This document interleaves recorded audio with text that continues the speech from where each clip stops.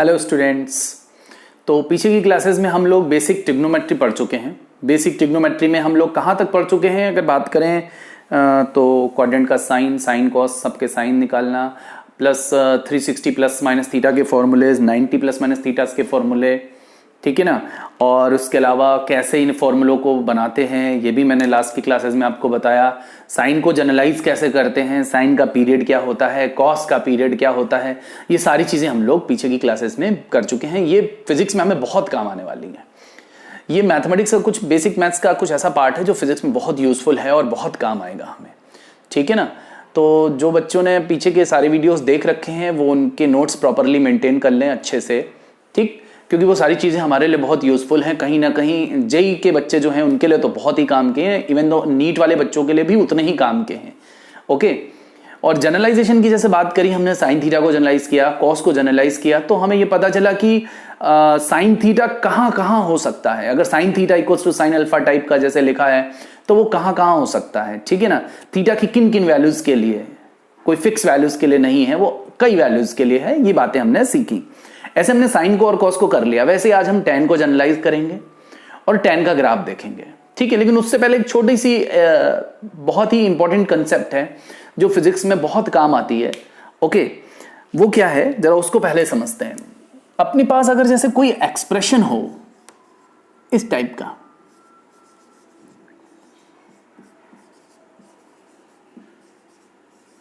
a cos theta plus b sin theta type का, ये expression कोई भी हो सकता है। ओके, बट मैंने अभी a cos theta, where a and b are number are constant values, कोई कांस्टेंट वैल्यूज है, नंबर्स हैं, बेसिकली नंबर्स हैं। ओके, जैसे फॉर एग्जांपल जैसे मान लो है 5 cos theta plus 3 sin theta, तो ये a और b क्या है, a क्या हो गया मेरे पास में 5 हो गया और b क्या हो गया मेरे पास में 3 हो गया। अगर मेरे से बोला जाए कि इस तरह का कोई एक्सप्रेशन है, इस तरह के एक्सप्रेशन फिजिक्स में कई बार आ जाते हैं, स्पेशली जेई के बच्चों के लिए, जो जेई के बच्चे हैं, जो जेई एडवांस और जेई मेंस की प्रिपरेशन कर रहे हैं। ओके, तो उस तरह की कई प्रॉब्लम्स में फिजिक्स में इस तरह के एक्सप्रेशंस यूज में होते हैं। हमसे कहा जाता है कि जैसे इस एक्सप्रेशन की मेरे को मैक्सिमम वैल्यू बतानी है, या तो मुझे इसकी मैक्सिमम वैल्यू पूछी, मुझसे पूछा गया कि इसकी मैक्सिमम वैल्यू क्या होती है, क्या होती है इसकी मैक्सिमम वैल्यू, ये मेरे से पूछा गया, ठीक। तो इसकी मैक्सिमम वैल्यू मैं कैसे बताऊंगा, तो इसकी मैक्सिमम वैल्यू निकालने के दो तरीके हैं। पहला तरीका ये मैक्सिमम मिनिमा को यूज किया जाए, दूसरा तरीका ये कि हम ट्रिग्नोमेट्रिक आइडेंटिटी को यूज कर लें। कैसे जरा समझते हैं थोड़ा सा, फिर उसके बाद हम लोग ट्रिक पर आएंगे। ओके, अभी पहले हम थोड़ा सा डिटेल में डिस्कस करते हैं। इसकी मैक्सिमम वैल्यू मुझे निकालनी है, और ये मैं इसलिए भी बता रहा हूं क्योंकि बहुत से बच्चों का ये डाउट है। ओके, कई बच्चों का इस तरह का डाउट आया है। ओके, अच्छे अच्छे बच्चों का ऐसे डाउट आ रहे हैं। तो a cos theta plus b sin theta, ठीक है, मैक्सिमम वैल्यू निकालनी है, और हो सकता है मिनिमम वैल्यू पूछी जाए, मिनिमम वैल्यू भी पूछी जा सकती है। अभी तो मेरे को मैक्सिमम निकालनी है, ठीक है, फिर मैं मिनिमम भी देख लूंगा, साथ में दोनों चीजें आ जाएंगी। अच्छा, मैं बेसिकली क्या जानता हूं, आज तक की क्लासेस अगर आपने सारी करी हैं, प्रॉपरली आपने देखे हैं सारे वीडियोस, तो आप इतना तो जान गए होंगे कि साइन थीटा की वैल्यू किससे किसके बीच में होती है। ऑलवेज -1 से +1 के बीच में होती है। हालांकि हम ट्रिक से डायरेक्टली बता सकते हैं, but concept should be clear, क्योंकि आपको SHM, ऑक्सीलेशन, वेव, सारी चीजें पढ़नी है, तो आपको ये चीजें क्लियरिटी के साथ में आनी चाहिए। साइन थीटा -1 से +1 होता है। ओके, और ऐसे ही कॉस थीटा भी क्या होता है, -1 से +1। लास्ट क्लास में भी हम लोगों ने बात करी थी कि cos थीटा भी +1 से -1 से +1 के बीच होता है, और sin थीटा भी -1 से +1 के बीच में ही होता है। ठीक है भाई, होता है, बहुत बढ़िया। अच्छा, मैं अगर इसमें कुछ ऐसा कर दूं कि ये या तो पूरा का पूरा साइन में कन्वर्ट हो जाए, ये एक्सप्रेशन, ठीक है ना। ओके, क्वेश्चंस तो बाद में करेंगे, पहले इसको ही समझते हैं। ये पूरा जो एक्सप्रेशन है मेरे पास में इसकी, जिसकी मुझे मैक्सिमम वैल्यू पूछी है cos theta plus b sin theta type का, इसमें a और b कोई भी कांस्टेंट नंबर्स हो सकते हैं। अभी मैंने फॉर एग्जांपल लिया। अब इस एक्सप्रेशन को मैं पूरा का पूरा या तो साइन में कन्वर्ट कर लूं, या मैं पूरा का पूरा इसको कॉस में कन्वर्ट कर लूं। ठीक है ना। ओके, तो जरा समझते हैं। मैं एक फैक्टर बोल रहा हूं, यहां पे cos थीटा का जो कोफिशिएंट है और जो sin थीटा का कोफिशिएंट है, उसको रूट ओवर के अंदर हम अगर लें, a² + b² बनता है। हमेशा इसी फैक्टर से मल्टीप्लाई और डिवाइड करूं, क्या करूं, इसको इसी फैक्टर से मल्टीप्लाई और डिवाइड कर दूं तो क्या फायदा होगा देखते हैं भाई। ए स्क्वायर प्लस बी स्क्वायर से मल्टीप्लाई कर दिया उसी से मैंने डिवाइड कर दिया।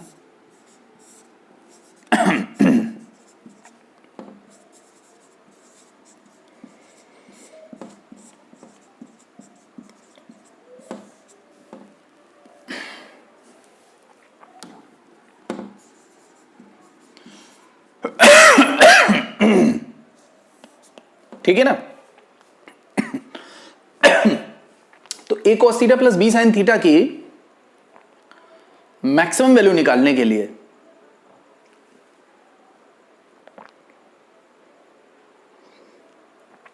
ए cos theta plus B sine theta की मैक्सिमम वैल्यू निकालने के लिए मैं इसे या तो पूरा का पूरा साइन में कन्वर्ट कर दूं या पूरा का पूरा कॉस में कन्वर्ट कर दूं।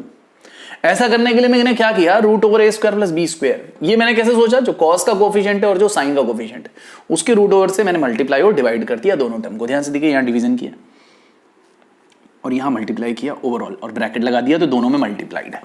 ओके, अब यही एक्सप्रेशन है ये। अगर ये मेरे पास में कोई थीटा का फंक्शन है एफ थीटा, तो ये भी अभी क्या है, एफ थीटा सेम ही है, वो लिखा यही है। ध्यान से देखें। ओके भाई, अगर ऐसा कर दिया हमने तो अब क्या होगा भाई बहुत ध्यान से देखें, रूट ओवर ए square plus B square.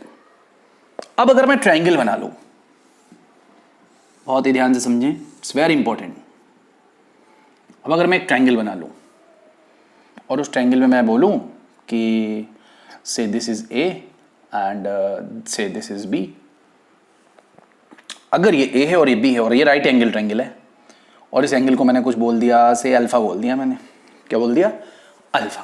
Okay ठीक है भाई, तो ध्यान से समझिए, तो ये साइड क्या हो जाएगी, automatically a square plus B square हो जाएगी by the Pythagoras rule, root over A square plus B square हो जाएगी। ठीक है, ओके बच्चों, ठीक भाई। अब अगर ध्यान से सोचें हम, तो ये क्या लिखा हुआ है, इस ट्रायंगल से अगर लिखना चाहें, अगर मैं इस ट्रायंगल को यूज करके ये लिखना चाहता हूं तो ये क्या होगा, ये होगा इसका परपेंडिकुलर। अगर अल्फा के टर्म में, अल्फा ये एंगल ले रहा हूं तो ये परपेंडिकुलर अपॉन हाइपोटेन्यूज, इसका मतलब ये हो गया साइन अल्फा, मतलब उसको इंट्रोड्यूस कर दिया मैंने। ये हो गया मेरे पास में क्या, साइन अल्फा। क्या हो गया, sine of alpha, sine alpha cos theta. और ये क्या हो गया मेरे पास में, बी अपॉन रूट ओवर ए square plus B square. B upon root over ए स्क्वायर प्लस बी स्क्वायर मेरे पास में क्या हो गया, कॉस अल्फा।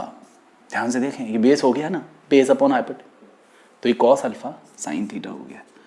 अब मैंने आपको लास्ट की क्लासेस में एक फॉर्मूला बताया था, जिन बच्चों ने लास्ट की क्लासेस नहीं देखी वो पीछे की क्लासेस देखें, वहां पर मैंने एक फॉर्मूला बताया था साइन ए प्लस बी का। क्या था वो था sign a cos b plus cos a sine B. याद आ रहा है, थोड़ा सा इधर लिख दो, मैं इधर लिख देता हूं मैं, sign A plus B, sign a cos b plus cos a sine B. ठीक है, ओके, यस। तो ध्यान से सोचें, अगर उस फॉर्मूले को यहां लगाना चाहें तो ये मेरे पास में ए हो गया और ये मेरे पास में बी हो गया, sine a cos b plus cos a sine b. तो इसको मैं क्या लिख सकता हूं,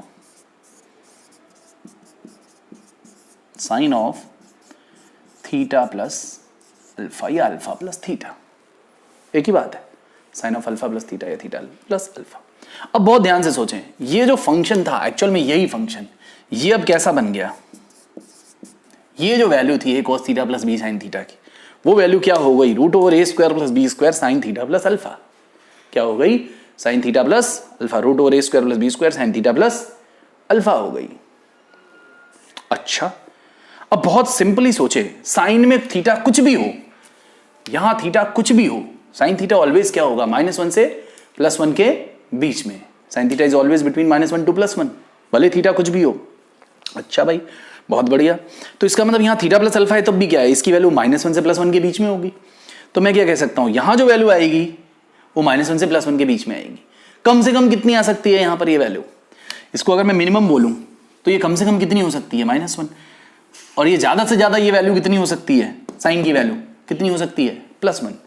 अगर मैं इसकी कम से कम वैल्यू लूं, मतलब -1 लूं, तो इस फंक्शन की वैल्यू क्या बनेगी? √a² + b² माइनस में। और अगर ज्यादा से ज्यादा वैल्यू लूं तो क्या बनेगी? √a² + b² प्लस में। तो ध्यान से सोचें, इधर लिख लेते हैं। अब ये एक्सप्रेशन जो है वो तो ये हो गया, ओके। और इस एक्सप्रेशन की वैल्यू क्या होगी? इन बिटवीन -√a² + b² से किसके बीच में? प्लस में √a² + b²। Okay, yes, okay. I think सभी को क्लियर हो गया होगा। ये कई बच्चों का डाउट भी है, ठीक, अच्छे अच्छे बच्चों का ये डाउट हो जाता है। लेकिन ये तो मैंने पूरी प्रोसीजर बताई। अगर आप इस पूरी प्रोसेस को नहीं करना चाहते तो आप सिंपली एक तरीका अपना सकते हैं, जो यहां पर कोफिशिएंट कॉस का हो और जो यहां साइन का कोफिशिएंट हो, ठीक, ओके। इन दोनों को ले लें और अंडर रूट लगा लें, इसका स्क्वायर और इसका स्क्वायर दे लें, माइनस लगा लें और प्लस लगा लें। माइनस लगाएंगे तो मिनिमम वैल्यू इस एक्सप्रेशन की, और अगर प्लस लगाएंगे तो मैक्सिमम वैल्यू। फॉर एग्जांपल एक क्वेश्चन ले लेते हैं जिसको कि हम लोग डायरेक्टली करना चाहें तो डायरेक्टली कर सकते हैं, सिंप्लीफाई करके करना चाहें तो सिंप्लीफाई कर सकते हैं। देखें जरा, जैसे मेरे पास एक क्वेश्चन है 5 cos θ + 12 sin θ, और मेरे से बोला गया इसकी मैक्सिमम वैल्यू बतानी है। क्या बतानी है? Maximum value. तो बाय द ट्रिक अगर मैं करना चाहूं तो मैं क्या बोलूंगा? ए की जगह मेरे पास में क्या है? 5, और बी की जगह मेरे पास में क्या है? 12। तो मिनिमम वैल्यू क्या आएगी इसकी? मिनिमम वैल्यू क्या होती है इस एक्सप्रेशन की? √ माइनस में √a² + b²। 12² 144, 25, 169 कितनी? माइनस का 169 रूट, इट मीन्स टू से -13। और अगर मैं मैक्सिमम वैल्यू बोलूं तो क्या होगी? यही वैल्यू प्लस में, और ये कितनी हो जाएगी? प्लस का 13। इसका मतलब इसकी मैक्सिमम वैल्यू 13 और मिनिमम वैल्यू कितनी आएगी? -13। इसे आप with the help of calculus maxima से भी देख सकते हैं, ठीक है ना, ओके। जैसे और कोई क्वेश्चन ले लेते हैं, जैसे मान लो सिंपली यही लिख दिया जाए मेरे पास में, तो इतना बड़ा करने की जरूरत नहीं है बार बार। हमें एक बार ट्रिक समझ में आ गई। ट्रिक क्या कहती है कि अगर a cos θ + b sin θ type का कोई एक्सप्रेशन है तो उसकी मैक्सिमम वैल्यू क्या होगी? उसकी मैक्सिमम वैल्यू होगी √a² + b², और मिनिमम वैल्यू माइनस में √a² + b²। ओके, तो जैसे मेरे पास यही है, मान लो कुछ नहीं है, मेरे पास बोला कि cos θ है और प्लस sin θ है। बताओ इसकी मैक्सिमम वैल्यू क्या होगी और मिनिमम वैल्यू क्या होगी? ठीक है, तो इसमें कई बच्चे गलती कर देते हैं। बच्चे सोचते हैं कि sin θ भी मैक्सिमम रख लो, cos θ भी मैक्सिमम रख लो और 1 1 रख के 2 आ जाए। ऐसा नहीं है, ओके। हमें विद प्रोसीजर जाना पड़ेगा। तो हम प्रोसीजर नहीं लगाते, हम शॉर्ट ट्रिक लगाए। तो इसको 1 cos θ सोच सकते हैं, इसको 1 इंटू, तो a की वैल्यू भी a क्या हो गया? 1, एंड b भी क्या हो गया यहाँ से? 1। a और b दोनों 1, तो मैक्सिमम वैल्यू क्या होती है? प्लस में √a² + b²। तो कितनी हो गई मैक्सिमम वैल्यू? मैक्सिमम वैल्यू हो गई मेरे पास में √1 + 1 कितनी? √2। और मिनिमम वैल्यू क्या हो गई? मिनिमम वैल्यू माइनस में √2। ठीक, तो इस एक्सप्रेशन की अगर वैल्यू की बात की जाए तो what we can write cos θ + sin θ will be lying between -√2 to +√2। 2 तक इसकी वैल्यू नहीं जाएगी, ओके, क्योंकि हमें थीटा सेम रखना है। थीटा हमें क्या रखना है? सेम ही रखना होता है, ओके। तो ये तो बहुत ही अच्छा क्वेश्चन है और ये बहुत ज़्यादा काम आने वाला क्वेश्चन है। ये जेईई के बच्चों और नीट के बच्चों को जरूर काम आएगा किसी ना किसी चैप्टर में। इधर काइनेमेटिक्स में आ जाएगा, प्रोजेक्टाइल में आ जाता है, कई बार घुमा फिरा करके कहीं ना कहीं इसको इंक्लूड कर लिया जाता है, इवन द रोटेशन। और कहीं पर भी ये नॉलेज हमारे पास में होनी चाहिए कि कोई एक्सप्रेशन हो उसकी मैक्सिमम वैल्यू कैसे हम देखते हैं, और कोई एक्सप्रेशन उसकी मिनिमम वैल्यू। हालांकि अपने पास एक टूल है मैक्सिमम मिनिमा का, that is another tool to find a maximum value of any function, okay, or the minimum value of any function, but we have to be also familiar with this method. Why? Because it's a special type of expressions. अब यहां पर मान लो 3 आ जाता, यहां 5 आ जाता, तो maximum लोग oral बोल देते, बट टाइप यही होना चाहिए, टाइप ही होना चाहिए, मतलब फंक्शन जो वैल्यू जिसकी मैक्सिमम या मिनिमम पूछी जा रही है that is of the type a cos theta plus b sin theta. ये अगर एक्सप्रेशन उस टाइप का है तो फिर ऐसी मैक्सिमम वैल्यू आएगी और ऐसी क्या आएगी, मिनिमम वैल्यू आएगी। एंड ये कई बार मल्टीपल टाइम्स आपको क्या होगा, यूज में आएगा। ओके ठीक है, चलिए अब चलते हैं। ये तो था आपका क्वेश्चन। ओके, और जो असाइनमेंट आपको दिए जा रहे हैं उनको आप करते चलें। अब हम लोगों को सीखना क्या, अब हम लोगों को सीखना है tan का जनरलाइजेशन और tan का ग्राफ। हालांकि tan का ग्राफ बहुत इंपॉर्टेंट नहीं है, बट फिर भी 1D मोशन में काम आ जाता है। tan के साइन को समझना पड़ता है जिससे कि हम कई बार स्लोप को समझ पाते हैं। ठीक है ना, तो ये सारी बातें हम लोग अगली क्लास में करेंगे।